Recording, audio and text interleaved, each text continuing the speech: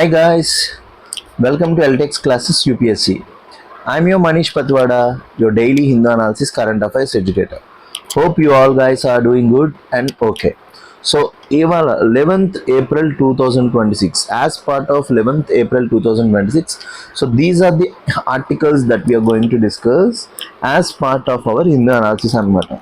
So, చాలా అంటే చాలా important, which will improve your conceptual understanding as well as will provide you with good areas of mains and films as well. So first article, an alternative to Viksit Bharat Shiksha Adhishtan Bill. So మెయిన్గా higher education bill వచ్చింది కదా, అందులో కొన్ని floss ఉన్నాయంట higher education బిల్కి సంబంధించి. So దాంట్లో లోపల alternatives propose చేస్తున్నారు author. So which you can write in the negatives or criticism of higher education bill. So మీరు దీన్ని రాయొచ్చు, పక్కగా మెయిన్స్లో క్వశ్చన్ ఎక్స్పెక్ట్ చేస్తున్నాను ఈ ఏరియాలో గవర్నెన్స్ ఆస్పెక్ట్లో. Second, bolstering deterrence through submarine dominance. So submarine dominance ద్వారా డిటరెన్స్ని ప్రమోట్ చేస్తున్నాం అనమాట. ఎట్లా డిటరెన్స్ అంటే ఏంటి అవన్నీ కూడా చూద్దాం.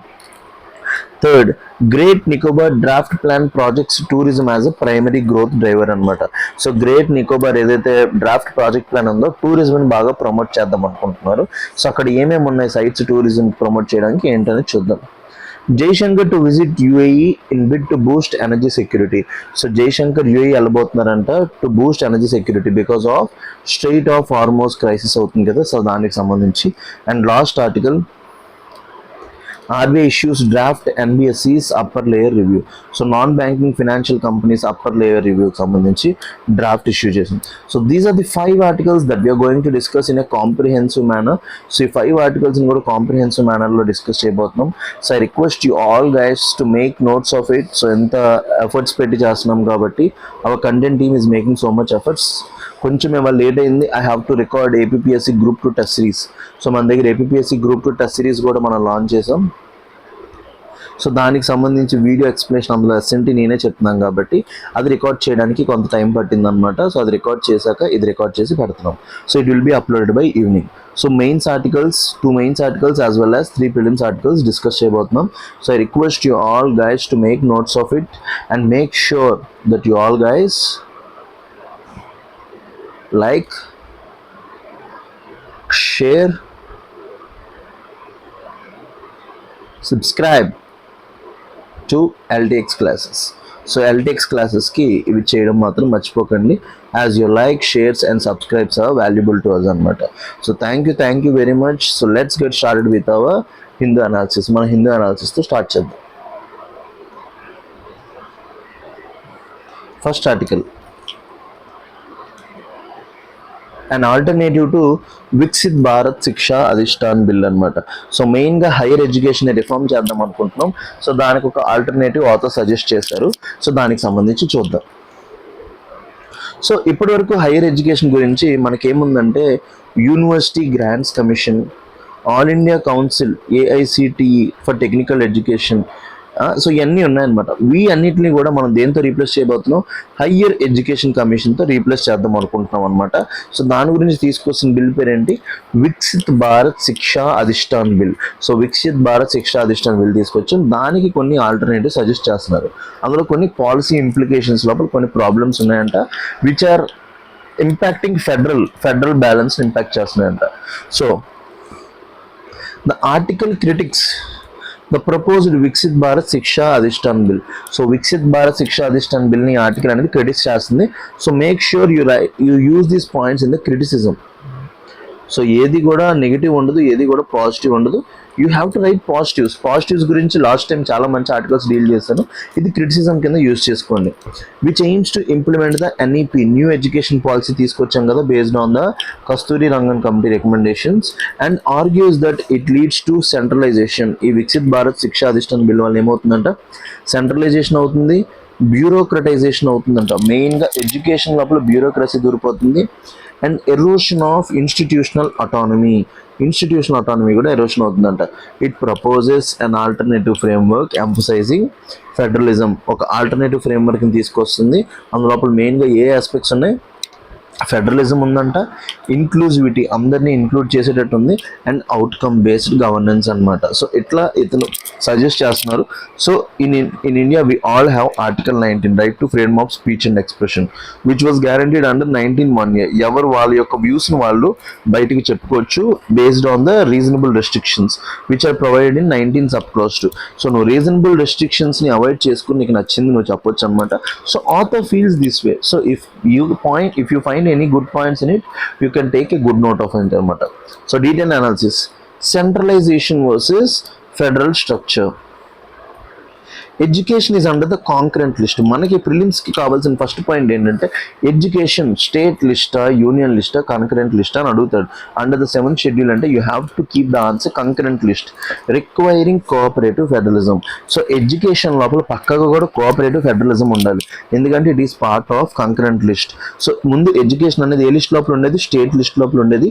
Through 42nd constitutional amendment act, which constitution amendment act, 42nd constitution అమెండ్మెంట్తో మనం కాంకరెంట్ లిస్ట్ లోపల యాడ్ చేసాం.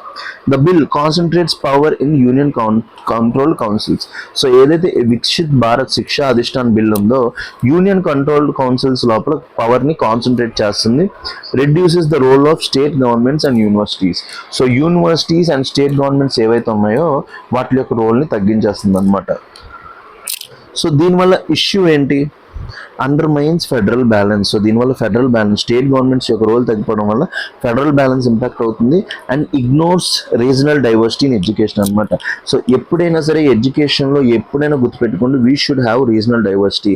సో రీజనల్ డైవర్సిటీ లేనప్పుడు ఏమవుతుంది, ఫెడరల్ బ్యాలెన్స్ అనేది తగ్గుతుంది. As education is part of concurrent list అనమాట. నెక్స్ట్ బ్యూరోక్రటిక్ ఓవర్ రీచ్ కూడా అయ్యే ఛాన్స్ ఉందంట. The bill expands the role of bureaucrats in standard setting. So bureaucrats, IAS officers ఎవరైతే ఉంటారో వాళ్ళకి స్టాండర్డ్ సెట్టింగ్ లోపల అక్రిడిటేషన్, ఒక యూనివర్సిటీకి అక్రిడిటేషన్ ఇవ్వడం లోపల, రెగ్యులేషన్ లోపల వాళ్ళ యొక్క రోల్ పెరిగిపోతుందంట. సో వాళ్ళకి రోల్ పెరిగిపోతే ఏమైపోతుంది, ఎవరి యొక్క అటానమీ పోతుంది, యూనివర్సిటీస్ యొక్క అటానమీ పోతుంది. Universities should fix the standards, university fix the regulations. But ఇప్పుడు అవన్నీ ఎవరు ఫిక్స్ చేస్తారు, బ్యూరోక్రాట్స్ ఫిక్స్ చేస్తారు అనమాట. సో దీనివల్ల IITs, IIMs and UGCs consultative role ఏవైతే ఉంటాయో అన్నీ కూడా పోతాయి అనమాట. సో కన్సర్న్ ఏంటి, shift education governments from academic led to bureaucratic led system. So ఇప్పుడు ఎడ్యుకేషన్ సిస్టమ్ అనేది ఎట్లా ఉందంట, అకాడమిక్ లెడ్ సిస్టమ్ ఉందంట. అక్కడి నుంచి ఇప్పుడు ఎక్కడికి మారబోతున్నాం, bureaucratic led system. So bureaucracy కనుక ఇన్వాల్వ్ అయిందంటే ఎడ్యుకేషన్ అనేది వీక్ అయ్యే ఛాన్స్ ఉంది. అండ్ వీక్ ఇన్స్టిట్యూషనల్ అటానమీ అంట, limits participation of teachers, students and academic bodies. So మెయిన్గా ఏంటంటే ఎడ్యుకేషన్ అనేది ఎప్పుడు ప్రాస్పెర్ అవుతుంది, ప్రాస్పెరిటీ అనేది ఎప్పుడు వస్తుంది, when every one will participate. So మీరు అందరూ డెమోక్రసీ అనేది ఎప్పుడు స్ట్రెంగ్తన్ అవుతుందంటే when all people will participate అంటారు కదా. సో అది కూడా ఇక్కడ కూడా అదే చెప్తున్నాను చూడండి.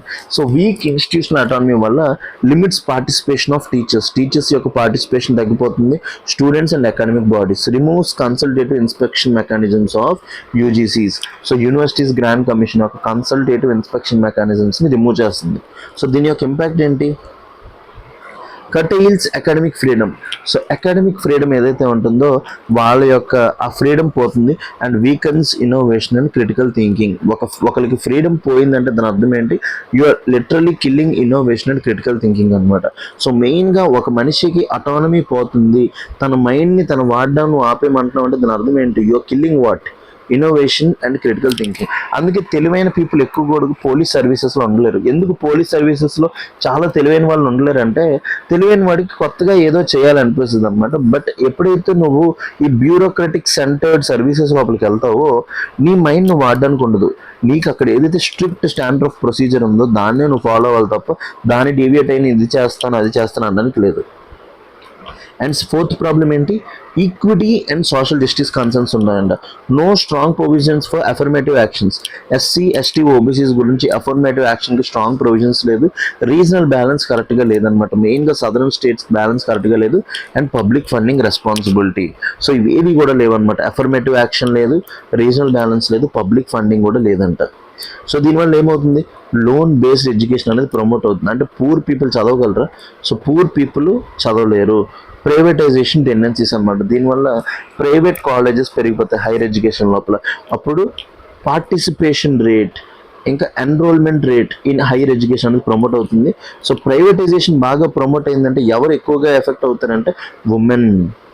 సో మెయిన్గా ఇంట్లో ఒక అబ్బాయి ఒక అమ్మాయి ఉంటే ఎవరిని చదివించడానికి ఇష్టపడతారు పేరెంట్స్? అబ్బాయి. ఎందుకంటే అబ్బాయి బాగా చూసుకుంటాడు ఫ్యూచర్ అయిందో. సో ఉమెన్ ఇప్పుడు ఫ్రీ ఎడ్యుకేషన్ ఉండడం వల్ల గవర్నమెంట్ డబ్బులు ఖర్చు పెట్టడం వల్ల చదవగలుగుతున్నారు. సో ఇప్పుడు మనకి మళ్ళీ loan based education privatization tendencies జరిగాయి అనుకోండి. సో దీని ద్వారా మళ్ళీ ఎవరు అవుతారు? మార్జినలైజ్డ్ అండ్ వీకర్ సెక్షన్స్, ఎస్సీస్, STs and OBCs and womens అనేవాళ్ళు బాగా ఎఫెక్ట్ అవుతారు అనమాట. Risk exclusion of marginalized groups and weakens education as a public good అనమాట. So education as a public గుడ్గా వీకెన్ చేస్తుంది. Issues with accreditation and regulation. Accreditation outsourced to third party agencies అనమాట. So accreditation ఒక యూనివర్సిటీకి ఏ rating ఇవ్వాలా, B rating ఇవ్వాలా అనేది ఎవరికి ఇస్తారంట? థర్డ్ పార్టీ ఏజెన్సీస్ ఇస్తారు. Emphasis on output metrics. So patents, publications, global rankings మీద ఎక్కువ ఎంఫసిస్ చేయడం వల్ల ప్రాబ్లం ఏంటి? Ignores learning outcomes, inclusivity and societal impact. ఆ యూనివర్సిటీ యొక్క పర్ఫార్మెన్స్ని, అక్కడ ఉన్న ఇంక్లూజివిటీని అన్నింటిలో కూడా పట్టించుకోరు అనమాట. సో ఇప్పుడు థర్డ్ పార్టీ ఏజెన్సీస్ ఎట్లా ఉంటాయంటే స్ట్రిక్ట్గా ఉంటాయి. మీరు ఎన్ని పేటెంట్స్ ఇచ్చారు, మీరు ఎన్ని పబ్లికేషన్స్ చేశారు, మీ గ్లోబల్ ర్యాంకింగ్ ఎంత.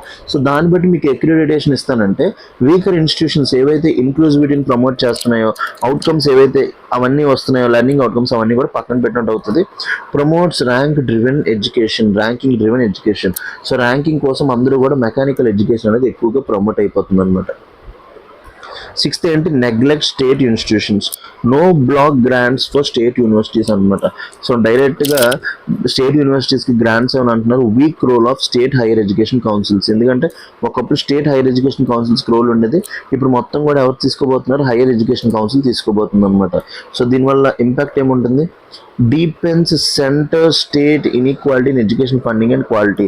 సో సెంటర్ స్టేట్కి ఇంకా ఇన్ఈక్వాలిటీ పెరిగిపోతుంది, మెయిన్గా in perspective of education funding అనమాట. క్వాలిటీ ఎడ్యుకేషన్స్ రావడంలో ఇబ్బంది అయిపోతుంది. Next ideological concerns. Reference to Bharatiya knowledge seen as potentially promoting majoritarian narratives అనమాట. సో పొటెన్షియల్లీ దీనివల్ల ఏమవుతుంది? మెజారిటేరియన్ నెరేటివ్స్ అనేవి ప్రమోట్ అవుతాయి. ఎవరైతే మైనారిటీస్ ఉంటారో వాళ్ళ యొక్క రైట్స్ ఇంకా ఇంపాక్ట్ అవుతాయి. Undermining India's pluralistic academic tradition. So India యొక్క బుద్ధిస్ట్ కల్చర్స్ మీరు చూసుకున్నా సరే మన ఇండియా అనేది ఎప్పుడు కూడా ప్లూరలిస్టిక్ ట్రెడిషన్స్ని ప్రమోట్ చేసింది. Even you come from China, any other country, you can study year happily. నీకు తగ్గట్టు నువ్వు చదువుకోవచ్చు అనమాట. సో ఇప్పుడు మెజారిటేరియన్ నెరేటివ్స్ అనేవి పెరిగిపోతాయి అనమాట. సో దానివల్ల ఏమవుతాయంటే మైనారిటీస్ యొక్క వ్యూస్ ఇంకా రైట్స్, వాళ్ళ యొక్క ఎడ్యుకేషన్స్ అన్నీ కూడా ఫోకస్లోకి రావు అనమాట. ఆల్టర్నేటివ్ ఫ్రేమ్వర్క్ సజెషన్ ఏంటి? Strengthening federal governance. So federal governance మళ్ళీ స్ట్రెంథన్ చేయాలి. Equal representation of union and states. So through state higher education commissions అనమాట. సో ఏదైతే ఈ ఫెడరల్ గవర్నెన్స్ ఏదైతే ఇంబ్యాలెన్స్ అయిందో దాన్ని మళ్ళీ నార్మలైజ్ చేయాలి. సో మెయిన్గా యూనియన్కి స్టేట్స్కి ఈక్వల్ రిప్రజెంటేషన్ రావాలి. ఎందుకంటే education falls under which subject? Education falls under concurrent list కాబట్టి. Second, shared decision making in standards accreditation and regulation. So standards accreditation regulations లోపల state government and central government కలిపి regulations చేసుకోవాలి. Revamping funding mechanism, creation of higher education grants council. So higher education grants council అనేది పెట్టాలన్నమాట. Ensure block grants to state universities. So state యూనివర్సిటీస్కి block grants ఇవ్వాలి. Equity based funding అనమాట. So region బట్టి అక్కడున్న inclusivity బట్టి ఇవ్వాలన్నమాట. Empowering state higher education councils. ఏదైతే ఇప్పుడు Viksit Bharat Shiksha Adhishthan bill higher education కౌన్సిల్స్ని డీరెగ్యులేట్ చేస్తుందో అట్లా వాటిని ఇప్పుడు ఏం చేయాలి? ఎంపవర్ చేయాలన్నమాట. సో వాటికి ఏ అథారిటీ ఇవ్వమంటున్నారు? స్టాచ్యుటరీ రోల్ ఇవ్వమంటున్నారు. యాక్ట్ లోపలే వాళ్ళ గురించి కొన్ని ప్రొవిజన్స్ యాడ్ చేయండి. వాళ్ళకి కూడా డిసిషన్ మేకింగ్ పవర్ ఇవ్వండి అండ్ ఫినాన్షియల్ అటానమీ. సో ఇప్పుడు కూడా గుర్తుపెట్టుకుని decision making power and financial autonomy exist together. ఇప్పుడు నా దగ్గర డబ్బులు లేవనుకోండి, నేను ఏం తినాలి లంచ్కి అనేది నేను డిసైడ్ అవ్వలేను. సో నాకు డెసిషన్ మేకింగ్ పవర్ కావాలనుకుంటే నాకు ఫస్ట్ ఉండాల్సింది ఏంటి? Financial autonomy. గుర్తుపెట్టుకోండి, these are the aspects that you have to focus అనమాట. సో ఎన్ని పాయింట్స్ లింక్ అయిపోయి వస్తుంటాయి. సో స్టేట్ హైయర్ ఎడ్యుకేషన్ కౌన్సిల్స్కి యాక్ట్ లోపల స్టాచ్యుటరీ రోల్ ఇస్తూ దాంతోపాటు వాళ్ళకి decision making power and financial autonomy కూడా ప్రొవైడ్ చేయాలి. Next, balanced accreditation system, avoid excessive outsourcing అనమాట. అక్రిడిటేషన్ సిస్టమ్కి మనం థర్డ్ పార్టీస్ మీద డిపెండ్ అవ్వకుండా focus on outcome based evaluation అనమాట. సో థర్డ్ పార్టీ సిస్టమ్స్ ఎట్లా ఎవాల్యుయేట్ చేస్తే నువ్వు ఎన్ని పేటెంట్స్ ఇచ్చో, నీ గ్లోబల్ యూనివర్సిటీ ర్యాంకింగ్ అంతా అట్లా ఫోకస్ చేస్తారు. కాబట్టి మెయిన్గా అక్రిడిటేషన్ కోసం మెయిన్గా దేని మీద తీసుకుంటానని అవుట్కమ్ బేస్డ్ ఎవాల్యుయేషన్ అనమాట. నీ యూనివర్సిటీ లోపల అవుట్కమ్స్, ఎంతమంది డిగ్రీ పాస్ అవుతున్నారు, అందులో ఉమెన్ ఎంతమంది ఉన్నారు, ఉమెన్కి ఎంతమందికి జాబ్స్ వస్తున్నాయి, అట్లా సోషల్ రిలవెన్స్. సో ఉన్న కేటగిరీలో పీపుల్ ఎట్లాంటి పీపుల్ వస్తున్నారు అనమాట. సో ఏ కమ్యూనిటీస్ నుంచి వస్తున్నారు. అండ్ ఇన్స్టిట్యూషనల్ డైవర్సిటీ, ఆ ఇన్స్టిట్యూషన్ లోపల డైవర్సిటీ ఎట్లా ఉంది, ఓన్లీ రిచ్ పీపుల్ ఉన్నారా, పూర్ పీపుల్ ఉన్నారా, ఉమెన్ ఉన్నారా, అన్ని క్యాస్ట్ అన్ని రిలీజన్కి సంబంధించి ఉన్నారా. సో ఇవన్నీ కూడా చూసుకోవాలన్నమాట.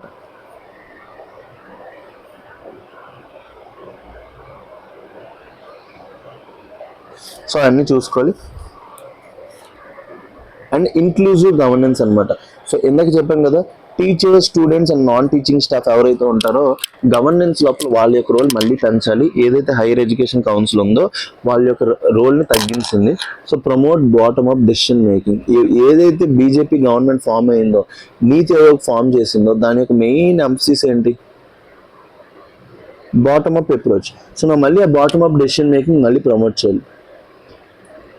Focus on public good, reinforce education as a public funded sector. So మళ్ళీ పబ్లిక్ గుడ్, ఎడ్యుకేషన్ ఒక పబ్లిక్ ఫండెడ్ సెక్టర్, ప్రైవేట్ చేతుల లోపల తీసుకెళ్ళొద్దు. ఎడ్యుకేషన్ ప్రైవేట్ చేతుల లోపల తీసుకెళ్తే మెయిన్ ప్రాబ్లం ఏంటి, it will impact marginalised sections, మెయిన్గా పూర్ పీపుల్, ఉమెన్ని బాగా ఎఫెక్ట్ చేస్తుంది అనమాట. Education as a public funded sector అనమాట. మెయిన్గా హైయర్ ఎడ్యుకేషన్ లోపల నాట్ ప్యూర్లీ మార్కెట్ డ్రివెన్. అన్ని ప్రైవేట్ ఇన్స్టిట్యూషన్స్ అయిపోతే పూర్ పీపుల్ చేయలేరు. సిగ్నిఫికెన్స్ ఆఫ్ ది డిబేట్ ఏంటి, determines the future structure of Indian higher education. So ఈ డిబేట్ యొక్క మెయిన్ ఎంఫసిస్ ఏంటంటే ఇండియాస్ హైయర్ ఎడ్యుకేషన్ యొక్క ఫ్యూచర్ స్ట్రక్చర్ గురించి డిటర్మైన్ చేస్తుంది. దీనివల్ల ఇంపాక్ట్స్ ఏంటి, ఈ వికసిత్ భారత్ శిక్షా అధిష్టాన్ బిల్ వల్ల federalism, equity and knowledge production ఎవరి దగ్గర నుంచి వస్తుంది, ఎట్లా వస్తుంది. సో ఇప్పుడు నాలెడ్జ్ ప్రొడక్షన్ అనేది ఓన్లీ మెజారిటీ నుంచి వచ్చింది అనుకోండి, మైనారిటీ యొక్క వ్యూస్ పోయినప్పుడు మళ్ళీ వాళ్ళు రివర్ట్ అయ్యే ఛాన్సెస్ ఉంటాయి. ఈక్విటీ, అందరికీ చదువుకునే ఛాన్స్ వస్తుందా, poor versus rich, men versus women, higher caste versus lower caste, అందరికీ వస్తుందా లేదా. Alliance with larger goals of Viksit Bharat. So Viksit Bharat developed ఇండియాతో లింక్ చేసుకోవాలి, sustainable and inclusive growth. So way forward ఏంటి, ensure cooperative federalism in education governance. So మెయిన్గా education governance లోపల cooperative federalism చూసుకోవాలి, as education is a concurrent list subject. So these are the things you have to focus in each answer అనమాట. Second, balance, university autonomy with accountability. నువ్వు యూనివర్సిటీస్కి autonomy మొత్తం తీసిస్తే innovation అనేది పోతుంది అనమాట. So innovation పోకుండా ఉండాలంటే you have to give them autonomy. Autonomy ఇస్తున్న దాన్ని ఏం చేయి, అకౌంటబుల్ చేయి. వాళ్ళకంటూ రెగ్యులేషన్స్ పెట్టు, నేను అకౌంటబుల్ ఎట్లా చేస్తాను, నీ డబ్బులు ఎక్కడ వాడు, ఈ సంవత్సరం నీ యొక్క అచీవ్మెంట్స్ ఏంటి, నువ్వేమేమి సాధించో, అట్లా అనమాట. అకౌంటబిలిటీ తీసుకుంటారు. Third, strengthen public funding. State government funding తగ్గించకూడదు. స్టేట్ గవర్నమెంట్ అంటే that I mean central government funding అనేది తగ్గించకూడదు. Public funding and institutional dependence. So మెయిన్గా institutional dependence and state funding అనేది బాగా జరగాలి. Move from output driven to outcome and impact driven education అనమాట. So only output కోసమే కాకుండా అవుట్కమ్స్ ఎట్లా వస్తున్నాయి and impact driven education. Safeguard pluralism and academic freedom అనమాట. మెయిన్గా ఇది India is a country of pluralistic traditions అనమాట. India లోపల అన్ని కైండ్స్ ఆఫ్ కమ్యూనిటీస్, అన్ని కైండ్స్ ఆఫ్ రిలీజియన్స్ ఉంటాయి. కాబట్టి ఈ ప్లూరలిజంని, అకాడమిక్ ఫ్రీడమ్ని కాపాడుకోవడం మన యొక్క బాధ్యత. కోఆపరేటివ్ ఫెడరలిజం ఉండాలి, అటానమీని, అకౌంటబిలిటీని బ్యాలెన్స్ చేయాలి, పబ్లిక్ ఫండింగ్ కావాలి, move from output driven to outcome and impact driven education system, safeguard pluralism and academic freedom. So చాలా అంటే చాలా ఇంపార్టెంట్. ప్రాబ్లమ్స్ చూసుకోండి, ఇవన్నీ కూడా ప్రాబ్లమ్స్ ఉన్నాయి. So first, centralisation versus federal structure, మెయిన్గా అది ప్రాబ్లం ఉంది. నెక్స్ట్, బ్యూరోక్రటిక్ ఓవర్ రీచ్ అవుతుంది. థర్డ్, వీక్ ఇన్స్టిట్యూషన్ అటానమీ వల్ల క్రిటికల్ థింకింగ్ అండ్ ఇన్నోవేషన్ బాగా ఇంపాక్ట్ అవుతుంది. Equity and social justice concern, affirmative actions, regional balance ఏవి కరెక్ట్గా లేవు. అక్రిడేషన్ అండ్ రెగ్యులేషన్ అనేది థర్డ్ పార్టీస్కి ఇస్తుంది. దానివల్ల ఏమవుతుందంటే ఓన్లీ అవుట్పుట్ మెట్రిక్స్ మీద చూస్తారు, అవుట్కమ్స్ పక్కన పెట్టించేసుకుంటారు అనమాట. So outputs are different from outcomes అనమాట. And neglect of state institutions. So state government ఇన్స్టిట్యూషన్స్కి రోల్ పోతుంది, దానివల్ల సెంటర్ స్టేట్ ఇన్ఈక్విటీ వచ్చేస్తుంది అండ్ ఐడియాలజికల్ కన్సర్న్స్ కూడా వస్తాయి అనమాట. సో దానికి సంబంధించి మంచి క్వశ్చన్ ఇది. So you can write excellent answer for this question. పక్కగా క్వశ్చన్ వస్తుంది, ఎస్ఏలోనైనా మీరు యూస్ చేసుకోవచ్చు. So Viksit Bharat Shiksha Adhishthan bill while aiming to streamline new education policy implementations risk over centralization and erosion of institutional autonomy. A federal inclusive and participatory governance model with strong state involvement and focus on equity offers a more sustainable pathway. So ఇట్లాంటి balanced solutions మీరు provide చేస్తే మీరు ఒక balanced bureaucrat అనేది అర్థమవుతుంది అనమాట. మీరు ఎటువైపు కూడా స్ట్రాంగ్ ప్లస్గా ఉండకూడదు, నెగిటివ్గా ఉండకూడదు. ఎప్పుడు కూడా ఒక బ్యాలెన్స్డ్ అప్రోచ్ తీసుకోవడానికి ట్రై చేయండి. దీని బేస్ మీద క్వశ్చన్ ఇచ్చాను. The Viksit Bharat Shiksha Adhishthan bill has been criticised for promoting centralisation at the cost of federal principles in education governance. So discuss the implications of such centralization on institutional autonomy and equity in higher education. So ఎట్లాంటి questions అనేవి రావు అనమాట. ఇదేంటంటే article based question. ఈ article base చేసుకొని మనం ఇచ్చిన question అనమాట. యూపీఎస్సీలో ఎట్లాంటి క్వశ్చన్స్ రావు. So first Viksit Bharat Shiksha Adhishthan bill యొక్క ప్రొవిజన్స్ అడుగుతాడు. నేను మీకు ఇస్తున్న ఎక్సర్సైజ్ ఏంటంటే కామెంట్ సెక్షన్ లోపల వికసిత్ భారత్ శిక్షా అధిష్టాన్ బిల్ ఏం చేయబోతుంది, నేను స్టార్టింగ్లో చిన్న చెప్పడానికి ట్రై చేశాను, దానికి ఎక్స్టెన్షన్ కింద ఆన్సర్ ఫార్మేట్లో రాయండి అనమాట. సో కింద మొత్తం వికసిత్ భారత్ శిక్షా అధిష్టాన్ బిల్ ఏమేమి చేయబోతున్నాం ప్రతిదీ కూడా రాస్తే మీకు ఒక రివిజన్ అయినట్టే. Second, blustering deterrence through submarine dominance. He has used the word deterrence. Deterrence అంటే ఏంటంటే ఏ అండ్ బి ఉన్నారు. ఏ దగ్గర ఫుల్ ఆర్మీ ఉంది, అంతా ఉంది, చాలా స్ట్రెంత్ ఉంది. బి దగ్గర ఏంటంటే ఒక న్యూక్లియర్ బాంబ్ ఉంది. Compare to be A stronger. గుర్తుపెట్టుకోండి, ఏ అనేవాడు బాగా స్ట్రాంగర్ ఆడతాడు, న్యూక్లియర్ బాంబ్స్ అన్నీ ఉన్నాయి. బి అనేవాడు ఏ అంత స్ట్రాంగర్ కాదు, కానీ బి దగ్గర కూడా న్యూక్లియర్ బాంబ్ ఉందన్నమాట. బిఎడ్ దగ్గర ఏముంది, న్యూక్లియర్ బాంబ్ ఉందన్నమాట. సో ఇప్పుడు ఏ అనేవాడు కావాలంటే బీని ఓడించవచ్చు, కానీ వీడికి ఒక భయం ఉంది, వీడి దగ్గర ఒక న్యూక్లియర్ బాంబ్ ఉంది, తీసుకొచ్చి మన మీద వేసేస్తే మనం ఏమవుతాం అనేది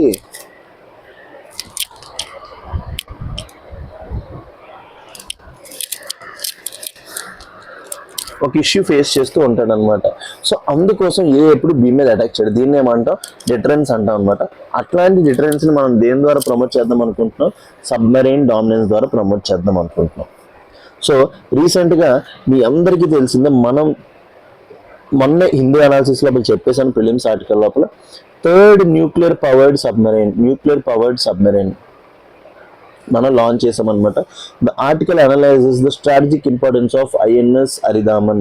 సో ఇప్పుడు మన న్యూక్లియర్ పవర్డ్ సబ్మరైన్స్ మెయిన్గా ఏంటి, సబ్మర్సిబుల్ బెలిస్టిక్ న్యూక్లియస్ అనమాట. సో ఇవి తయారు చేస్తున్నాం. India's third submarine ballistic nuclear అనమాట. And situates it within India's broader effort to strengthen sea-based nuclear deterrence. So మెయిన్గా న్యూక్లియర్ ట్రయాడ్ అంటే ఏంటి, nuclear weapons in air, water and land, 3 bases మీద అనమాట. మనం ఇప్పుడు India with INS Aridhaman third nuclear submarine మన దగ్గరికి వచ్చింది అనమాట. aimed at raising geopolitical competition, particularly in the Indian Ocean region. So ఈ ఇండియన్ ఓషన్ రీజన్ లోపల ఇప్పుడు జియోపొలిటికల్ కాంపిటీషన్ బాగా పెరిగిపోతుంది కాబట్టి ఈ న్యూక్లియర్ డిటరెన్స్ అనేది ఇది బాగా పెంచుతుందంట. So evolution of India's nuclear deterrence. So India యొక్క న్యూక్లియర్ పాలసీ ఏంటంటే no first use doctrine. So no first use doctrine అనేది ఎవరిదంటే మీరు ఎవరు చెప్పాలి, India. No first use doctrine ఏంటి, ఇండియా ఎప్పుడూ కూడా ఫస్ట్ అటాక్ చేయదు ఎవరి మీద న్యూక్లియర్ వెపన్. బట్ ఒకవేళ కనుక మనం ఇంపాక్ట్ చేస్తే మన దగ్గర సెకండ్ స్ట్రైక్ క్యాపబిలిటీ ఉంటుంది అనమాట. మనం అవతలని దారుణంగా దుమ్ము లేపేస్తాం అనమాట. బట్ యుఎస్ యొక్క న్యూక్లియర్ డాక్ట్రైన్ పేరు ఏంటంటే మ్యాడ్, మ్యూచువల్లీ ఎష్యూర్డ్ డిస్ట్రక్షన్ అనమాట. సో యూఎస్ కావాలనుకుంటే తనంతట తానే ఓపెన్ చేసి అటాక్ చేసేయగలదు. అది యూఎస్ది సూపర్ పవర్. కాబట్టి ఇండియా అనేది ఒక నాన్ సూపర్ పవర్. కాబట్టి ఇండియా యొక్క న్యూక్లియర్ డాక్ట్రైన్ పేరేంటి, no first use doctrine. So credibility of deterrence depend on second strike capability. So deterrence అనేది ఎప్పుడు ఉంటుంది, నువ్వు నన్ను అటాక్ చేశాక నేను నిన్ను ఎట్లా అటాక్ చేస్తాను అనేది డిటరెన్స్ అనమాట. So credibility of deterrence depends on the second strike capability. So INS Aridhaman అనేది మెయిన్గా ఏంటంటే సబ్మరైన్స్కి వచ్చినప్పటికి ఎవరైతే ఈ ఆర్టికల్స్ వింటున్నారో, మొన్న వినలేదో, ప్రిలిమ్స్లో మనం చాలా డెప్త్గా చెప్పాను, మళ్ళీ చెప్తున్నాను. సబ్మరైన్స్ లోపల మెయిన్ ఏంటంటే, మెయిన్గా diesel electric submarines main issue ఏంటంటే they have to come to shore or మీదకి రావాలన్నమాట, సర్ఫేస్ మీదకి రావాలి టు టేక్ ఆక్సిజన్. ఆ టైం లోపల సబ్మెరైన్ దొరికిపోయే ఛాన్సెస్ ఎక్కువ ఉన్నాయి అనమాట. సో ఈ న్యూక్లియర్ పవర్ సబ్మెరైన్స్ అనేవి ఎంతసేపు అయినా సరే నీటిలో ఉండగలవు. అదే చెప్తున్నారు చూడండి. సో ఏవైతే SSBNs ఉన్నాయో, మన INS హరిదామన్ ఏమైతే ఉందో, సర్వైబిలిటీ వాటర్లో ఎంతసేపు అని ఉండగలదు. ఎష్యూర్డ్ రిటాలియేషన్, ఒక్కసారి కనుక మన మీద అటాక్ చేస్తే మనం దారుణంగా అటాక్ చేస్తాం. The article highlights that sea based deterrence is now the most reliable leg for nuclear triad. So nuclear triad అందుకే మాట్లాడే కదా, ఆర్టికల్ చెప్పక ముందే మనం మొత్తం గెస్ట్ చేయాలన్నమాట. Air, water, see. సో దీన్ని ఏమంటామంటే, సో ఎయిర్, వాటర్, ల్యాండ్, దీన్ని ఏమంటారు న్యూక్లియర్ ట్రయాడ్. అందులో బెస్ట్ ఏమంటున్నారు, sea based deterrence is now the most reliable. So sea based deterrence is the most reliable leg of nuclear triad. So strategic importance of INS Aridhaman. So INS Aridhaman అనేది మన Arihant series లోపల third అనమాట. So third SSBN after INS Arihant. First ఏంటి INS Arihant, second INS Arighaat, ఇప్పుడు third దాని పేరేంటి INS Aridhaman. So recently seen in news, what is INS Arihant, what is INS Aridhaman, what is INS Arighaat అన్నాడు అనుకోండి, they are SSBNs. So ship submersible ballistic nuclears అనమాట. Key upgrades అంటే larger displacement, 7,000 tons ఉంటుంది, higher missile carrying capacity. ఈ K4, K5 అనేవి న్యూక్లియర్ missiles అనమాట. So what is this K4 and K5 అంటే మీరు ఏం చెప్పాలి, న్యూక్లియర్ మిసైల్స్ అనమాట. ఒక్కసారి అటాక్ చేస్తే ఇంకా అయిపోయినట్టే. So gradual enhancement of India's credible minimum deterrence posture అనమాట. సో దీనివల్ల ఏమవుతుందంటే, క్రెడిబుల్ మినిమం డిటరెన్స్, మనల్ని ఒకరు అటాక్ చేస్తే అవతలడికి కూడా పక్కాగా అయిపోద్ది అనేసి వాడికి ఒక ఐడియా వచ్చేస్తుంది అనమాట. So maritime dominance as the new strategic frontier. So ఇప్పుడు మనం మెయిన్గా ఎక్కడ డామినెన్స్ ఉండాలంటే, సో 21st century కూడా ఏమంటారంటే century of Indian ocean region. So Indian ocean region మీద ఎవరికి కమాండ్ ఉంటుందో వాడే 21st century రూల్ చేస్తారంటారు. So maritime dominance is the new strategic frontier. Indian ocean earlier relatively peaceful, now contested అనమాట. మొత్తం major powers కూడా ఇండియన్ ఓషన్ రీజన్ మీద కన్నేసి ఉన్నాయి అనమాట. Raising threats, China's dual use vessels అనమాట. సో ఇండియా ఇప్పుడు చైనా మెయిన్గా ఎలాంటి టైప్ ఆఫ్ వెజల్స్ పంపిస్తుంది, research plus surveillance, dual use vessels పంపిస్తుంది. Expanding people's liberation army navy footprint అనమాట.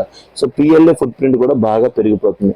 సో మెయిన్గా చైనా నుంచి ఎక్కువ వస్తుంది. చైనా ఏంటి, స్ట్రింగ్ ఆఫ్ పర్ల్స్ థియరీ ద్వారా మనల్ని చుట్టుముట్టడానికి చూస్తుంది అనమాట. Maritime choke points, example strait of Hormuz gaining importance. So రీసెంట్గా ఇరాన్ అండ్ ఇజ్రాయెల్ వార్ అయినప్పుడు స్ట్రైట్ ఆఫ్ హార్మోస్ యొక్క ఇంపార్టెన్స్ తెలిసింది. As India is dependent on 40% of its oil reserves, oil imports on the strait of Hormuz. So warfare is no longer siloed, multi domain integration, land, air, sea is essential. ఒకప్పట్లాగా war అనేది భూమి మీద కొట్టుకోవడం, గాల్లో కొట్టుకోవడం లేదు. So ఇప్పుడు అంతా థియేటర్ బేస్ వార్స్ అనమాట. ముగ్గురు కూడా కలిపేసి ఆడుతున్నారు, అన్ని వైపుల నుంచి అటాక్స్ జరుగుతున్నాయి అనమాట. So role of nuclear triad completion, India joins the elite nuclear triad nations. So మెయిన్గా న్యూక్లియర్ ట్రయాడ్ అంటే ఏంటి, nuclear power in air, water and land, దీన్ని ఏమంటాం మనం న్యూక్లియర్ ట్రయాడ్ అంటాం అనమాట. సో ఈ న్యూక్లియర్ ట్రయాడ్ క్యాపబిలిటీ అనేది ఎన్ని కంట్రీస్ దగ్గర ఉంది, ఎట్లాంటి క్వశ్చన్ వచ్చే ఛాన్స్ ఉంది. సో ప్రెసెంట్ ఎన్ని కంట్రీస్ దగ్గర ఉంది, US ఆబ్వియస్లీ ఉంటుంది, చైనా, రష్యా, వీళ్ళతో పాటు ఎవరి దగ్గర ఉంది, France, UK and India. So ఇప్పటికి 6 నేషన్స్ దగ్గర న్యూక్లియర్ ట్రయాడ్ క్యాపబిలిటీ ఉందన్నమాట.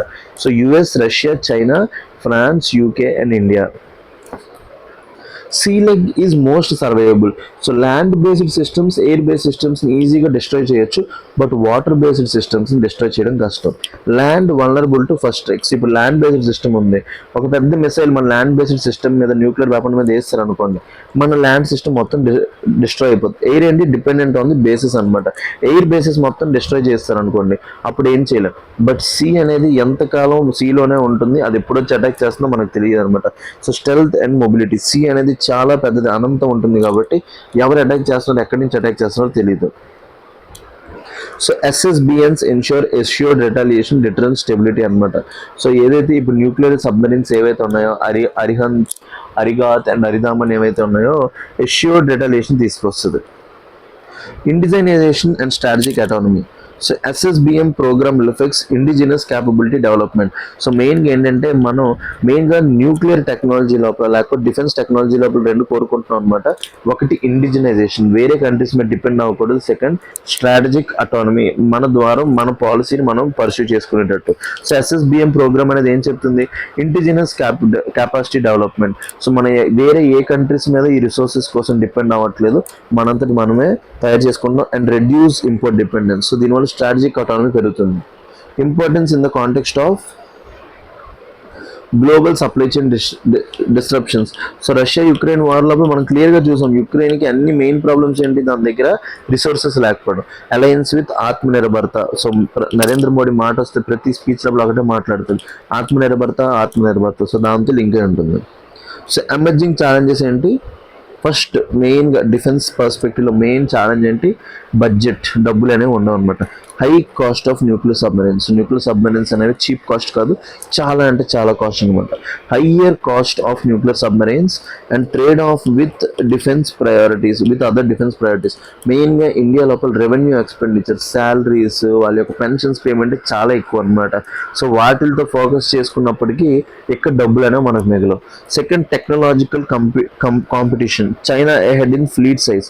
సో మనతో పోలిస్తే చైనా ఫ్లీట్ సైజ్ పెద్దది, అండర్ వాటర్ టెక్నాలజీస్లో కూడా చైనా తోపు అనమాట. So China is 20 years ahead of India. అదైతే మాత్రం గుర్తుపెట్టుకోండి, మనం ఏదో అనుకుంటాం, చైనాని ఏమీ చేయలేం మనం. So 20 years ahead of India. Third, operational gaps. Limited SSBN fleet వల్ల ఏమవుతుంది, ఎఫెక్ట్స్ కంటిన్యూస్ పెట్రోల్ క్యాపబిలిటీ అనమాట. సో మెయిన్గా కంటిన్యూస్గా పెట్రోల్ చేయలేం, ఎందుకంటే మన దగ్గర 4 ఇప్పుడు 3 ఉన్నాయి, ఇంకొక డెవలప్ చేస్తే 4 వస్తాయి అనమాట. సో దాని ద్వారా కంటిన్యూస్ పెట్రోల్ అనేది జరగదు. Changing nature of war, need integration with AI, autonomous under water vehicles and cyber capabilities అనమాట. సో ప్రెసెంట్ ఈ మూడింటితో లింక్ అయి ఉండాలి. Artificial intelligence, autonomous under water vehicles అంటే ఏంటి, యూఏవీస్. సో యూఏఎస్లో 3 రకాలు ఉంటాయి, డ్రోన్స్ అంటే గాల్లో ఎగిరేవి, so under water vehicles and land vehicles అనమాట. ఇంకా సైబర్ క్యాపబిలిటీస్ కూడా బాగా పెంచుకోవాలి. Future trajectory of India's submarines programme ఏంటి, plan includes additional Arihant class submarines. So ఇప్పుడు 3 తయారు చేశారు కదా, ఇంకొకటి యాడ్ చేద్దాం అనుకుంటున్నాం, ఇండిజినైజేషన్ ఆఫ్ ఎస్ఎస్ఎన్ టెక్నాలజీ అనమాట, nuclear attack submarines by 2036. So ఏదైతే ఇప్పుడు అరిహంత్, అరిగాత్, అరిదామన్ ఉన్నాయో ఇవన్నీ కూడా సెకండ్ స్ట్రైక్ గురించి అనమాట, ఫస్ట్ స్ట్రైక్ గురించి కాదు. అందుకే వీటిలో ఏమంటాం, ఎస్ఎస్బిఎన్స్ అంటాం అనమాట. ఎస్ఎస్ఎన్స్ అంటే ఏంటంటే న్యూక్లియర్ అటాక్, అట్లా ఒక పని ఒకటే అటాక్ చేయడం అనమాట. సో న్యూక్లియర్ అటాక్ చేస్తాయి అనమాట. ఫోకస్ ఏరియాస్ ఏంటి, అడ్వాన్స్డ్ మిసైల్స్ డెవలప్ చేయడం, indigenous propulsion and strategic deterrence expansion, ఈ 3 చేయడం అనమాట. సో సిగ్నిఫికెన్స్, దీనివల్ల ఏమవుతుంది, స్ట్రెంగ్థెన్స్ నేషనల్ సెక్యూరిటీ ఆర్కిటెక్చర్. మన ఇండియాని ఎవరైనా టచ్ చేయాలంటే భయపడతారు. Enhances deterrence credibility vis a vis China and Pakistan. ఇప్పుడు చైనా దగ్గర, పాకిస్తాన్ దగ్గర డిటరెన్స్ క్యాపబిలిటీ. సో ఇప్పుడు చైనా మనల్ని అటాక్ చేయాలంటే ఆలోచిస్తుంది, ఎందుకంటే మన దగ్గర ఇప్పుడు న్యూక్లియర్ ట్రయాడ్ ఉంది. Positions India as a major maritime power in the Indo Pacific లోపల మన యొక్క డామినెన్స్ అనేది బాగా పెరుగుతుంది అన్నమాట. Supports strategic stability in the volatile region అనమాట. సో ఈ వాలటైల్ రీజన్, ఇప్పుడు స్ట్రైట్ ఆఫ్ హార్మోస్ ఇలాంటి క్రైసిస్ చూసాం కదా, ఇందులో స్టెబిలిటీ వస్తుంది అనమాట. ఎందుకంటే ఎవరు అటాక్ చేసినా మన దగ్గర కూడా న్యూక్లియర్ వెపన్స్ ఉన్నాయని ఎవరు అటాక్ చేయరు. సో నేషనల్ సెక్యూరిటీ ఆర్కిటెక్చర్ పర్స్పెక్టివ్లో చైనాకి, పాకిస్తాన్కి అగైన్స్ డిటరెన్స్ పర్స్పెక్టివ్లో, ఇండియాని మేజర్ మెరిటైమ్ పవర్ చేయడంలో, స్ట్రాటజిక్ స్టెబిలిటీ పర్స్పెక్టివ్ అన్ని విధాలుగా మనం స్ట్రాంగ్ చేస్తుంది. వే ఫార్వర్డ్ ఏంటి, expand SSBN and SSN fleet for continuous deterrence petrols అనమాట. సో మెయిన్గా ఈ అరిహంత్, అరిదామన్, అరిఘాట్ ఏవైతే ఉన్నాయో అన్నీ కూడా ఎస్ఎస్బిఎన్స్ అనమాట. ఇంకా ఎస్ఎస్ఎన్ అంటే న్యూక్లియర్ అటాక్ సబ్మరీన్స్ అనమాట. ఈ రెండింటిని బాగా పెంచాలి. Invest in advanced under water technologies and AI integration. So ఇంకా ఎక్కువ డబ్బుల్ని మెయిన్గా under water technologies and AI integration లోపల ఎక్కువగా ఖర్చు పెట్టాలి. Strengthen maritime domain awareness. So maritime లోపల ఎక్కువగా డొమైన్ అవేర్నెస్ లోపల, అక్కడ ఉండే టెక్నాలజీస్ లోపల, అక్కడ ఉండే డీప్ వాటర్ రీసెర్చ్ లోపల చేయాలన్నమాట. Promote defence indigenisation and R&D eco system అనమాట. సో మెయిన్గా ఉన్న టెక్నాలజీస్ని వేరే కంట్రీస్ నుంచి ఇంపోర్ట్ చేసుకోకుండా మన ఇండియా లోపల జస్ట్ R&D 0.7% ఆఫ్ జీడిపి అనమాట. సో R&Dని ప్రమోట్ చేయాలి. డిఫెన్స్ ఇండిజినైజేషన్, మనం ఆత్మనిర్భరత ప్రమోట్ చేయాలి. Deep strategic partnerships in Indo Pacific లోపల పార్ట్నర్షిప్, స్ట్రాటజిక్ పార్ట్నర్షిప్ బాగా ప్రమోట్ చేయాలి. సో ఇప్పుడు ఇండియా అనేది మెయిన్గా ఏంటి, కొలంబో సెక్యూరిటీ కాన్క్లేవ్ ఇట్లాంటి ద్వారా శ్రీలంక, మాల్దీవ్స్ ఇలాంటి కంట్రీస్తో దగ్గర అవుదాం అనుకుంటుంది. సో మెయిన్గా స్ట్రాటజిక్ పార్ట్నర్షిప్ అనేది ప్రమోట్ చేస్తుంది అనమాట. సో కన్క్లూజన్ లోపలికి వెళ్తే, the article underscores the submarine dominance is no longer optional but essential for India's deterrence. So మెయిన్గా ఇండియన్స్ డిటరెన్స్కి సబ్మెరైన్ డామినెన్స్ అనేది అవసరం అని చెప్తుంది. While INS Aridaman makes a critical milestone, achieving credible and sustainable deterrence will depend on technological advancement. Next future అనేది దేని మీద depend అవుద్ది, ఎంత టెక్నాలజీ ఎక్స్పాండ్ చేస్తున్నాం, ఎంత ఫ్లీట్ని ఎక్స్పాండ్ చేయగలుగుతున్నాం, స్ట్రాటజిక్ అడాప్టబిలిటీ ఎట్లా ఉందనేది దాని మీద డిపెండ్ అవుతుంది అనమాట. సో చాలా అంటే చాలా ఇంపార్టెంట్. ప్రిలిమ్స్ లోపల కూడా 5-6 days బ్యాక్ డిస్కస్ చేసినట్టున్నాను. మేక్ షూర్ ఏ రోజు హిందూ పేపర్లో ఆర్టికల్ వచ్చిందో ఆ రోజు డిస్కస్ చేశాను. ఆర్టికల్ని చదువుకోండి, చాలా అంటే చాలా హెల్ప్ అవుతుంది. మీకు తెలియదు అక్కడ చాలా అంటే చాలా ఇంపార్టెంట్ సైన్స్ అండ్ టెక్నాలజీకి సంబంధించి అన్ని కాన్సెప్ట్స్ కూడా చెప్పాను. Science and technology, international relations అన్నీ కూడా సిలోస్లో చూడలేము అనమాట. అన్నింటిని కూడా కలిపి చదువుకోవాలి. యూపీఎస్సీ మెయిన్స్ క్వశ్చన్ దీని బేస్ మీద ఇచ్చాను చూడండి. Sea-based nuclear deterrence is the most credible component of nuclear triad. So nuclear triad air, water, land లోపల మెయిన్గా ఏంటి, water based system is the most credible component of nuclear triad. Examine the role of submarine capabilities in strengthening India's deterrence posture in Indian Ocean region. So మెయిన్గా role of submarine capabilities in strengthening India's deterrence posture in the Indian ocean region అనమాట. సో దీనికి సంబంధించి మంచి question వచ్చిందనమాట. So ఎట్లాంటి questions ఇచ్చినప్పుడు మీరు ఎట్లా రాస్తారు అనే దాని మీదే మీ యొక్క ఆన్సర్ రేటింగ్ మొత్తం, మీ మార్క్స్ అన్ని కూడా డిపెండ్ అయ్యి ఉంటాయి అనమాట. So make sure you write better answers and you get better marks. So now let's dive into prelims articles.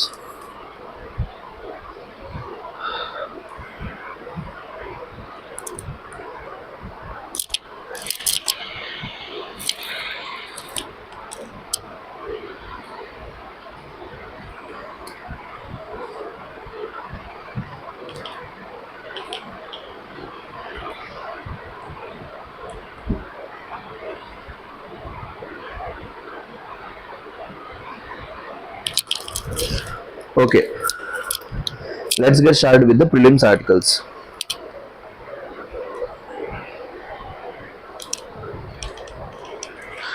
Great Nicobar draft plan projects tourism as a primary growth driver అన్నమాట. So మీ అందరికీ తెలిసిందే, రీసెంట్గా supreme court నాడ్ ఇచ్చేసింది great Nicobar ప్రాజెక్ట్కి. మన great Nicobar project ఏదైతే ఉందో దానికి మెయిన్గా ఇంటర్నేషనల్ ట్రాన్స్షిప్మెంట్ పోర్ట్ పెడదాం అనుకుంటున్నాం కదా, దానికి నాడ్ ఇచ్చేసింది. అక్కడ మెయిన్గా టూరిజంని ముందు పెట్టేసి నడిపిద్దాం అనుకుంటున్నారంట. సో దానికి సంబంధించి article. The government's 92,000 crore Great Nicobar Island mega project proposes tourism as the primary economic driver. So great Nicobar project లోపల మెయిన్గా దేన్ని ఎక్కువగా ఫోకస్ చేద్దాం అనుకుంటుంది గవర్నమెంట్ అంటే tourism, along side infrastructure like and international transshipment port. చెప్పే కదా మెయిన్ ఏంటి, ఇంటర్నేషనల్ ట్రాన్స్షిప్మెంట్ పోర్ట్, మెయిన్గా Malacca dilemma. So Malacca straight ఉంది కదా, సో అక్కడ కొంత రిసోర్సెస్ని కొంతమంది ఇక్కడ లాక్కుందాం అనుకుంటున్నాం. Comma airport and power plant. So hybrid solar gas hybrid power plant పెడదాం అనుకుంటున్నాం. The plan has sparked concerns over ecological damage. ఎందుకంటే అక్కడ ఏముంటాయి, లెదర్ బ్యాక్ టర్టిల్స్ ఉంటాయి, ఇంకా ట్రైబ్స్ ఉంటారు, champagne tribes and great Nicobarese ఉంటారు అనమాట. సో ఆ ఉన్నాయన్నమాట, and tribal rights and is under judicial scrutiny. ఇప్పటికీ జ్యుడిషియల్ స్క్రూటినీ ఉంది కానీ సుప్రీం కోర్ట్ యాజ్ అలౌడ్ అనమాట. So great Nicobar project development location ఏంటి, గ్రేట్ నికోబార్ ఐలాండ్ అనమాట, southern most tip of India. So మెయిన్గా గ్రేట్ నికోబార్ అనేది ఏంటి, సదరన్ మోస్ట్ టిప్లో ఉంటుంది అనమాట. Primary goal strategic maritime hub and tourism destination. So దాన్ని ఎట్లా డెవలప్ చేద్దాం అనుకుంటున్నాం, strategic maritime hub. So key infrastructure components అందులో ఏంటంటే the project is divided into several clusters and anchor projects అనమాట. Different clusters and anchor projects పెట్టబోతున్నాం. First ఏంటి, international container transshipment port near Galathea bay. So Galathea bay national park కూడా ఉంది కదా, అక్కడ international container transshipment port పెట్టబోతున్నాం. Third, greater Nicobar international airport, dual purpose, civil and likely strategic. ఎందుకంటే ఒకవేళ చైనా మన మీదకి అటాక్ వస్తే అక్కడి నుంచి ఒక ఎయిర్ బేస్ లాగా. థర్డ్, పవర్ ప్లాంట్స్, జిఎన్ఐ అంటే gas and solar power plants, ఈ రెండు కూడా కలిపి ఉంటుంది అనమాట. ఇది ఒక హైబ్రిడ్ పవర్ ప్లాంట్ 29 కల్లా తయారవబోతుంది. ఇంకా ఇక్కడ ఉండే ఎంప్లాయీస్ అందరూ ఉండడానికి టౌన్షిప్ కూడా డెవలప్ చేసుకోబోతున్నాం. Divided into administrative, interactive and tourism clusters అనమాట. సో టౌన్షిప్ లోపల ఏంటి మెయిన్గా administrative, interactive and tourism cluster. So geographical and environmental కాంటెక్స్లోకి వెళ్తే లొకేషన్ ఎక్కడ ఉంది? Galathea bay is a critical site mention for the port and logistic clusters అనమాట. Galathea bay అనేది మెయిన్గా critical site. The project spans 166.10 square kilometres అనమాట. సో మెయిన్గా ఈ ప్రాజెక్ట్ అనేది మొత్తం 166 స్క్వేర్ కిలోమీటర్స్ ఉంటుంది. అర్బనైజబుల్ ఏరియా అంతా 40% of the project area. Special projects green development ఏంటి? Areas where no tree felling is allowed అనేది మిగతాది అనమాట. ఎకనామిక్ డైవర్సిఫికేషన్ డబ్బులు ఎట్లా రావాలి? Mainly through tourism. The draft plan introduces several niche tourism categories for the island. So first ఏంటి? MICE tourism అంట. Meetings, incentives, conferences and exhibitions. So మెయిన్గా అక్కడ మీరు వచ్చి మీటింగ్స్ పెట్టుకోవచ్చు, ఇన్సెంటివ్స్ ఇస్తారు అక్కడ ఎవరైనా మీటింగ్స్ పెట్టుకుంటే, కాన్ఫరెన్స్లు, ఎగ్జిబిషన్స్ పెట్టుకోవచ్చు. Second wellness and life style, rejuvenation and life style management retreats అనమాట. అదొక ఐలాండ్ ఏరియా కాబట్టి మీరు ప్రశాంతంగా ఉండొచ్చు.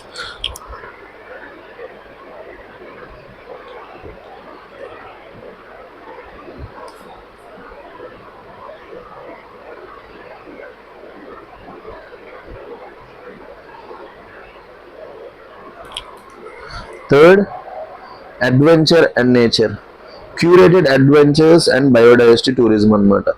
సో అడ్వెంచర్స్ ఎందుకంటే అక్కడ చుట్టూరా వాటర్ ఉంటుంది కాబట్టి అడ్వెంచర్ స్పోర్ట్స్ ఏవైతే ఉంటాయో, వాటర్ స్పోర్ట్స్ ఉంటాయి అవి ప్రమోట్ చేస్తారు. అండ్ బయోడైవర్సిటీ టూరిజం కూడా ప్రమోట్ చేస్తారు. అండ్ గేమింగ్ మెయిన్ అంటే includes the possibility of casino with in the entertainment. So మెయిన్గా ఐలాండ్స్ లోపల చాలా డబ్బు ఉన్న వాళ్ళు క్యాసినోస్కి వస్తారు. చూడండి ఇవన్నీ కూడా ప్రమోట్ చేస్తున్నారు. మీరు ఒక ఐఏఎస్ ఆఫీసర్కి వెళ్ళి అక్కడికి వెళ్ళి చూసారు అనుకోండి, ఇవన్నీ మీరు ప్రమోట్ చేయాలి. సో మైస్ అంటే meetings, incentives, conferences and exhibitions promote చేయొచ్చు. Wellness and life style. So ఒకవేళ మీకు ఒక క్వశ్చన్ అడిగారు అనుకోండి ఇంటర్వ్యూ లోపల, ఎలా మీరు గ్రేట్ నికోబార్కి మీరు ఎట్లా రెవెన్యూ పెంచుతారంటే you have to say these things అనమాట. న్యూస్ పేపర్లో చదివిన వాడుకోవాలి, ఎక్కడో దగ్గర మనకు యూజ్ అవుతాయి.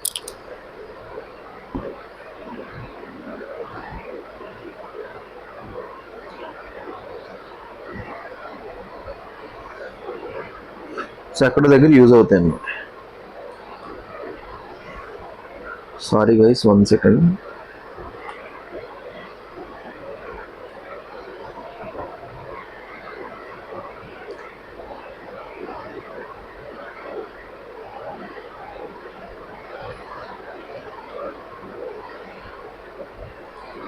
Okay, so MICE meetings, incentives, మీరు ఒక ఐఏఎస్ ఆఫీసర్కి వెళ్ళారు అనుకోండి, మీకు ఏమేమి అడుగుతారు, ఏమేమి చేయొచ్చు అంటే ఇవన్నీ మీరు చెప్పాలి.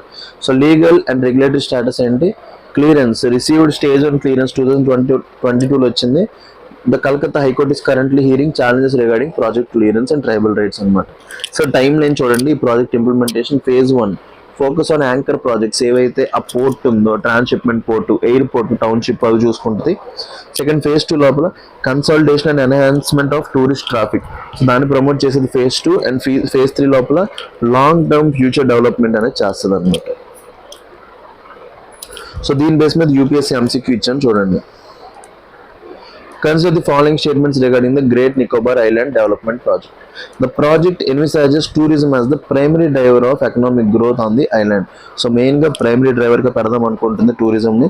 The project has been planned entirely based on bottom up approach with full consent of local tribal communities. So మీ అందరికీ తెలిసింది అక్కడ ట్రైబల్ కమ్యూనిటీస్ ఏమంటున్నారు, మమ్మల్ని అడగకుండా చేస్తామనే కదా అంటున్నారు. So first statement is right, second statement wrong. ఎట్లాంటి క్వశ్చన్స్ యూపీఎస్సీలో అడగడు. సో ఎట్లాంటి క్వశ్చన్స్ యూపీఎస్సీలో అడగడు, ఇవన్నీ చాట్ జీపీటీ డ్రాఫ్టెడ్ క్వశ్చన్స్ అనమాట. సో చాట్ జీపీటీకి ఒక క్వశ్చన్ ఇవ్వమన్నప్పుడు మా కంటెంట్ టీమ్ ఎట్లాంటి క్వశ్చన్ ఇచ్చి ఉంటుంది అంటే చాట్ జీపీటీని ఎంతగా ఫీడ్ చేసి ఉంటారు అపోజిషన్ పార్టీస్, అంటే అక్కడ ట్రైబల్ రైట్స్ లేవు ఇవి లేవు అన్నట్టు. సో దాన్ని బట్టి మీరు అర్థం చేసుకోవాలన్నమాట. అట్లాంటి క్వశ్చన్స్ యూపీఎస్సీలో రావు. So Andaman Nicobar islands,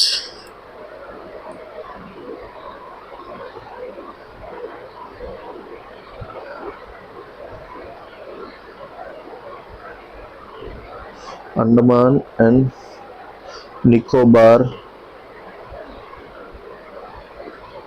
Islands map UPSC. So మెయిన్గా చూసుకోండి. సో అన్నిటికన్నా ఫస్ట్ నార్త్ అండమాన్ ఉంటుంది, అక్కడ శాడిల్ పీక్ ఉంటుంది, తర్వాత మిడిల్ అండమాన్, తర్వాత lower Andaman, sentinel islands and last little Andaman. గుర్తుపెట్టుకోండి, నార్త్, మిడిల్, లోవర్ ఈ మూడు వరుసగా ఉంటాయి. తర్వాత పోర్ట్ బ్లేయర్ ఉంటుంది, సెంటినల్ ఐలాండ్స్ అక్కడే ఉంటుంది అండమాన్ ఐలాండ్స్ దగ్గర. ఆ కిందకు వస్తే లిటిల్ అండమాన్ ఉంటుంది. దాని కిందకు వస్తే కార్ నికోబార్. కార్ నికోబార్ తర్వాత నికోబార్ ఐలాండ్స్. నికోబార్ ఐలాండ్స్ తర్వాత little Nicobar and last great Nicobar అనమాట. సో క్వశ్చన్ అనేది అండమాన్ నికోబార్ ఐలాండ్స్ లో ఈ ఏరియా నుంచి వచ్చే ఛాన్సెస్ ఎక్కువ ఉన్నాయి అనమాట. So north Andaman, middle Andaman రాసుకోండి అందరూ కూడా నోట్స్ లోపల. North Andaman, middle Andaman, lower Andaman. North Andaman తర్వాత మిడిల్, మిడిల్ తర్వాత లోవర్, లోవర్ తర్వాత అన్నిటికన్నా last little Andaman. Little Andaman తో క్లోజ్. నికోబార్ ఐలాండ్స్ కార్ నికోబార్ తో స్టార్ట్ అవుతాయి, గ్రేటర్ నికోబార్ తో ఎండ్ అవుతాయి. Greater Nicobar is the last అనమాట. సో దాని బేస్ మీద క్వశ్చన్స్ వస్తే రావచ్చు, map based questions. Next, Jaishankar to visit UAE in bid to boost energy security. So Jaishankar to visit UAE in bid to boost energy security.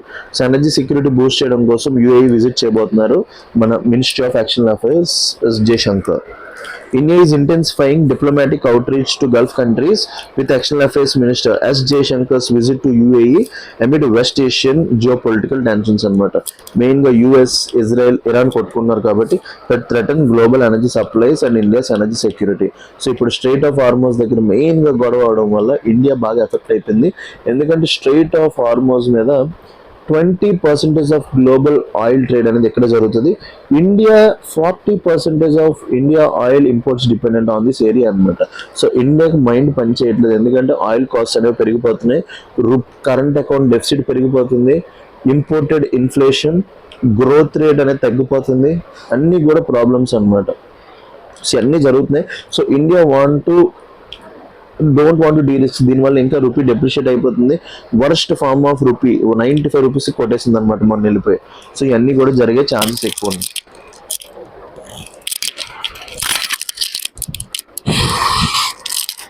So geo political context and energy security. So hostilities between ఎవరెవరికి మధ్య హాస్టిలిటీస్ US, Israel and Iran noted to have escalated significantly around February. So మెయిన్గా దీనివల్ల LPG supplies ఏవైతే మనకు ఖతర్ నుంచి రావాలో బాగా effect అయ్యాయి, and oil. So specific threat ఏంటి, Iran reportedly attacked facilities of Qatar energy. So ఖతర్ని బాగా ఎఫెక్ట్ చేసింది. A global producer of natural gas. So Qatar నుంచి మెయిన్గా liquefied natural gas and liquefied petroleum gas అనేది బాగా వెళ్తుంది అనమాట. ఇంకా ఖతర్ నుంచి ఏమొస్తుందంటే హీలియం కూడా వస్తుందంట. హీలియం కూడా బాగా ఎఫెక్ట్ అయిపోయింది. సో ఫోర్స్ మెజర్ ఏంటి, హీలియం ఎందుకు యూజ్ అంటే అవి MRI స్కాన్స్ వాటి లోపల ఎక్కువ యూజ్ చేస్తారంట. In March, Qatar Energy invoked a force majeure clause, which is legal provision allowing a party to suspend or terminate performance of obligations when an extraordinary event or circumstances beyond their country occurs అనమాట. In this case, halting energy production due to security tensions. ఈ security tensions వల్ల force measure అనే ఒక క్లాజ్ని use చేసింది అనమాట. ఇంకా నేను మీకు ఎనర్జీ సప్లై చేయలేను, ఎందుకంటే ప్రెసెంట్ గ్లోబల్ కాంటెక్స్లో నాకు ఇబ్బంది అయిపోతుందని ఖతర్ అన్నది. So bilateral and multilateral relations. India UAE focus on fostering stronger ties and ensuring stable energy imports and regional instability అన్నమాట. సో మెయిన్గా రీజనల్ ఇన్స్టెబిలిటీ ఉంది కాబట్టి స్ట్రాంగర్ టైస్ ప్రమోట్ చేయడానికి energy security. India and Qatar ఏంటి, Qatar remains as one of the largest supplier of LNG. So LNG పక్కా Qatar మీద question రావచ్చు, ఎప్పటి నుంచి ఎక్స్పెక్ట్ చేస్తున్నాను, ఇప్పటికే చాలాసార్లు చెప్పాను, మళ్ళీ చెప్తున్నాను. LNG అనేది ఇండియాకి ఎక్కువగా ఖతర్ నుంచి వస్తుంది. Despite production halts, Qatar has reaffirmed its commitment to being reliable supplier అనమాట. సో ప్రొడక్షన్ ఆగినా సరే నేను మీకు సప్లై చేస్తాను ఖతర్ చెప్పింది. ఇండియా బహ్రెయిన్ ఏంటి, engagement focused on elevating trade, investment and driving shared prosperity, అది Bahrain.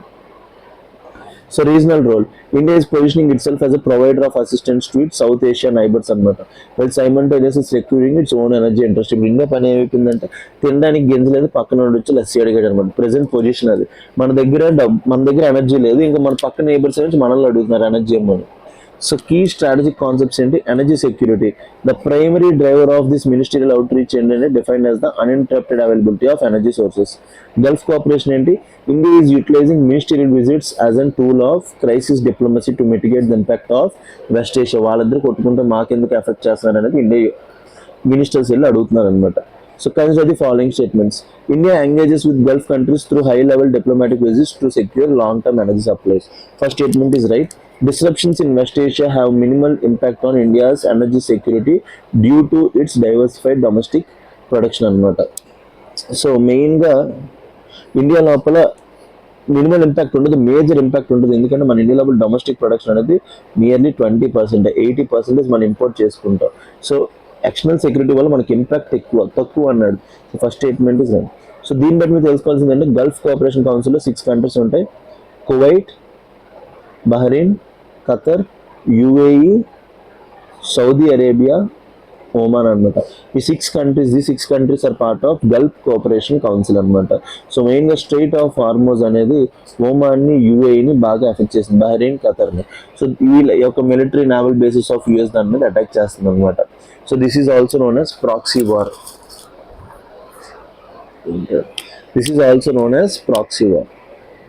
And last article for today, last Williams article.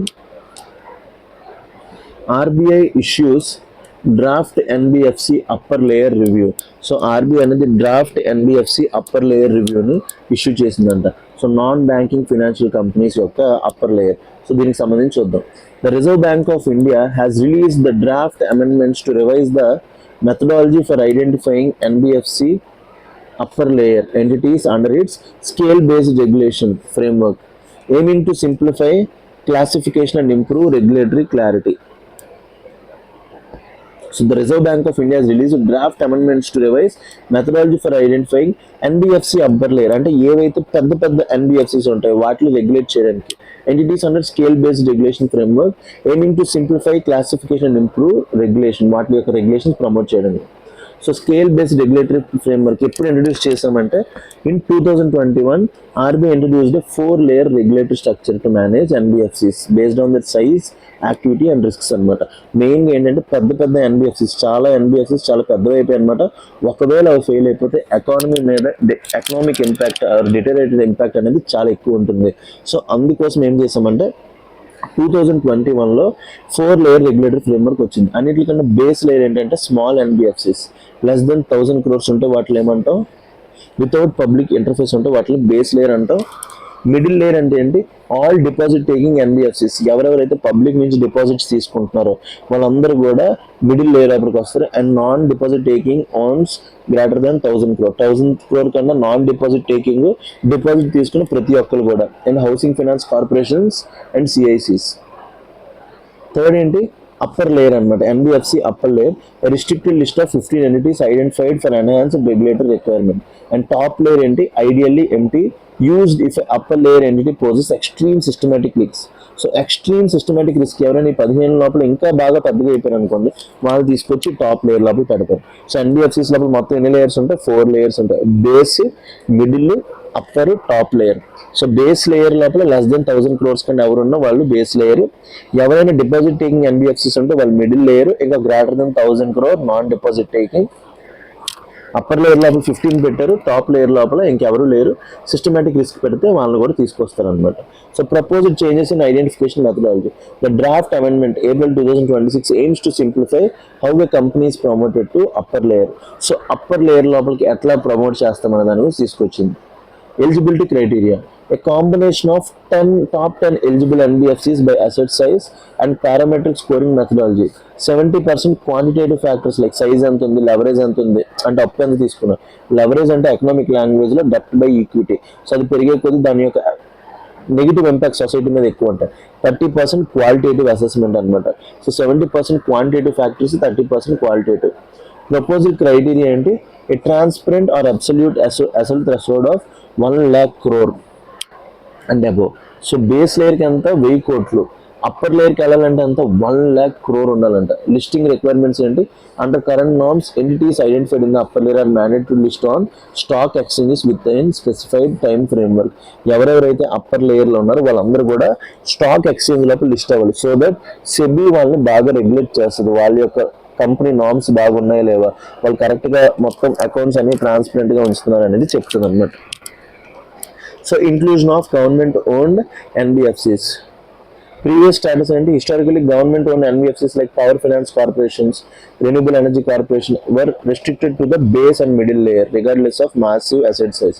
So ముందు గవర్నమెంట్ ఓన్ ఎన్బిఎఫ్సిస్ అనే బేస్ అండ్ మిడిల్ లేయర్లు ఉన్నాయి. ఇప్పుడు ఏంటి, to ensure a ownership neutral regulatory regime eligible government NBFCs will now be include in the upper layer. ఇప్పుడు government NBFCs కూడా asset size greater than 1 lakh crore అంటే వాళ్ళు కూడా వీటి లోపల తీసుకొస్తారు. ఎందుకు ఈ ఏరియాస్ అన్ని నేను చెప్తున్నాను ఇంపార్టెంట్ అంటే, ఎగ్జామ్ లోపల డైరెక్ట్గా ఈ ఏరియాస్ నుంచి క్వశ్చన్స్ వస్తే మీరు ఆన్సర్ చేయలేరు. మీరు అందరూ కూడా ఎంతవరకు ఇన్ఫ్లేషన్ పెరిగితే ఏమవుతుంది, రూపీ అప్రిషియేట్ అవుతే ఏమవుతుంది, డిప్రిషియేట్ అవుతే ఏమవుతుంది, అదే చదువుకుంటూ ఉంటారు అనమాట. బట్ ఈ ఏరియాస్ నుంచి క్వశ్చన్ వస్తే మీరు దొరికిపోతారు, గుర్తుపెట్టుకోండి. సో ఈ ఏరియాస్ నుంచి క్వశ్చన్ వచ్చినప్పుడు మనం దొరికిపోకుండా ఉండడానికి we have to make sure ఇవన్నీ కూడా మనం చదువుకోవాలన్నమాట. సో ఎన్బిఎఫ్సిస్లో మొత్తం ఎన్ని లేయర్స్ ఉంటాయి, 4 layers ఉంటాయి. అన్నిటికంటే కిందది base layer, middle layer, upper layer and top layer. So base layer లోపల 1000 crores కన్నా ఎక్కువ ఉన్న non deposit taking, middle layer లోపల deposit taking plus greater than 1000 crore non deposit taking, upper layer లోపల ఇప్పుడు ఎంత 1 lakh crore కన్నా ఉన్న ప్రతిదీ కూడా ఉంటుంది. సో ఏదైనా ఇంకా సిస్టమేటిక్ రిస్క్ పెడితే దాన్ని ఇప్పుడు మనం ఎందులో పెడతాం, టాప్ లేయర్ లోపల. అదర్ కీ టర్మ్స్ ఏంటి, credit risk transfer. The draft proposes allowing all NBFCs upper layer entities to use state government guarantees as a credit risk transfer instrument without any quantitative limit, helping them manage capital requirement more efficiently. So మెయిన్గా credit risk transfer అనమాట, మెయిన్గా government guarantee తీసుకోమని చెప్తున్నారు అనమాట. Core investment company అండి, a specialised NBFC whose primary business is holding stakes in group companies investing at least 90% of its net assets in group companies అనమాట. So core investment అంటే అట్లా పని ఏం లేదు, ఓన్లీ పెద్ద పెద్ద కంపెనీస్ లోపల ఇన్వెస్ట్ చేయడం. సో వాళ్ళని ఏమంటాం మనం, కోర్ ఇన్వెస్ట్మెంట్ కంపెనీస్ అంటాం అనమాట. సో క్వశ్చన్ రావచ్చు, with reference to NBFCs in India, consider the following statement. They cannot engage in acquisition of securities issued by the government. So వాళ్ళు ఎందుకు ఎందుకు ఎంగేజ్ చేయలేరు, తీసుకోవచ్చు గవర్నమెంట్ సెక్యూరిటీస్ లోపల వాళ్ళు కూడా ఇన్వెస్ట్ చేయొచ్చు. So first statement wrong. They cannot accept demand deposits like savings account. అదే చెప్తున్నాను, they cannot accept demand deposits. ఒక కమర్షియల్ బ్యాంక్కి ఒక ఎన్బిఎఫ్సికి డిఫరెన్స్ ఏంటంటే, commercial bank cannot accept demand deposits. So second statement is right అనమాట. So answer to this question ఏంటి, 2. So ఇక్కడ క్వశ్చన్ వచ్చింది కాబట్టి చెప్తున్నాను, కమర్షియల్ బ్యాంక్కి ఒక ఎన్బిఎఫ్సికి మెయిన్గా డిఫరెన్స్ ఏంటంటే, కమర్షియల్ బ్యాంక్స్ అనేవి డిమాండ్ డిపాజిట్స్ యాక్సెప్ట్ చేస్తే, బట్ ఎన్బిఎఫ్సిస్ అనేవి they can't accept demand deposits, only timely deposits accept చేస్తాయి అనమాట. సో ఇది one of the major difference. మిగతా అన్ని తెలుసుకోవాలనుకుంటే you will all know in economics classes. ఎట్లాంటి క్వశ్చన్స్ వచ్చినప్పుడు మీరు ఏం చేయగలరు, మీ దగ్గర కాన్సెప్ట్ లేకపోతే వాట్ యూ కెన్ డూ. ఇక్కడ అంటే నేను హిందూ అనాలిసిస్ లోపల ఎంత డెప్త్గా చెప్తున్నాను, ప్రతిదీ కూడా కూర్చోబెట్టి. ప్రతి ఒక్కరు బయటకే తెలియదు కదా, వాళ్ళకి టీచర్స్కే తెలియదు కదా, మీకు వచ్చి చెప్పడానికి ఎలాంటి క్వశ్చన్స్. ఈ క్వశ్చన్స్ ఏవి నేను చూడను, డైరెక్ట్గా వచ్చి చేసి మీకు చెప్తున్నాను, so that you can also Boost your confidence అనమాట.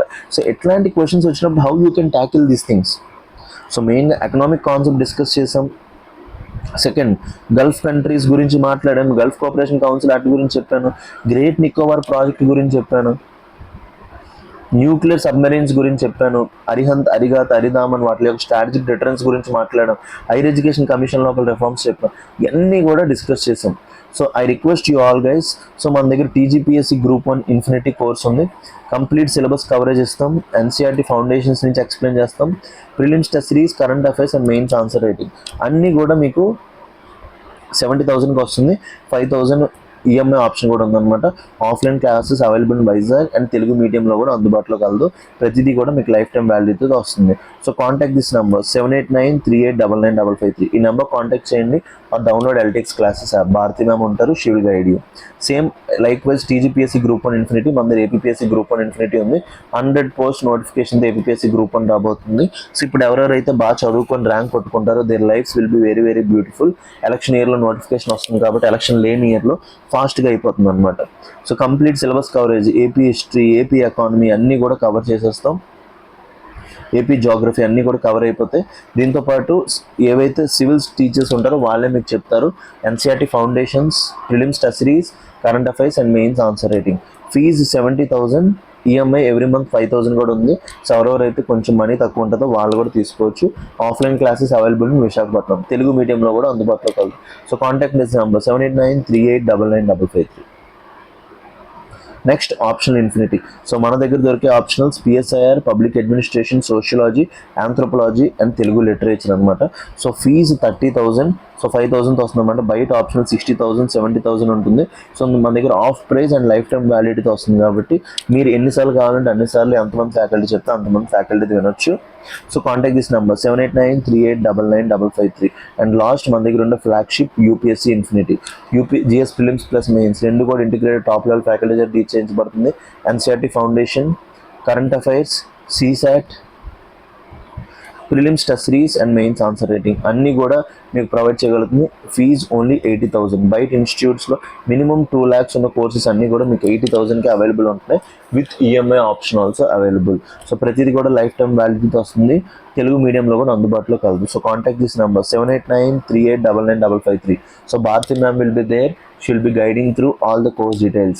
So thank you very much for watching LTX classes.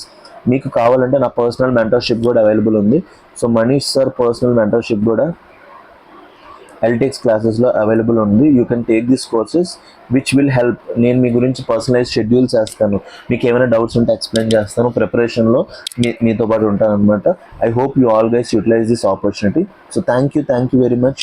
మళ్ళీ రేపు మన హిందూ అనాలిసిస్లో మళ్ళీ మండే కలుద్దాం. అప్పటి వరకు take care, good bye, love you all. Thank you very much.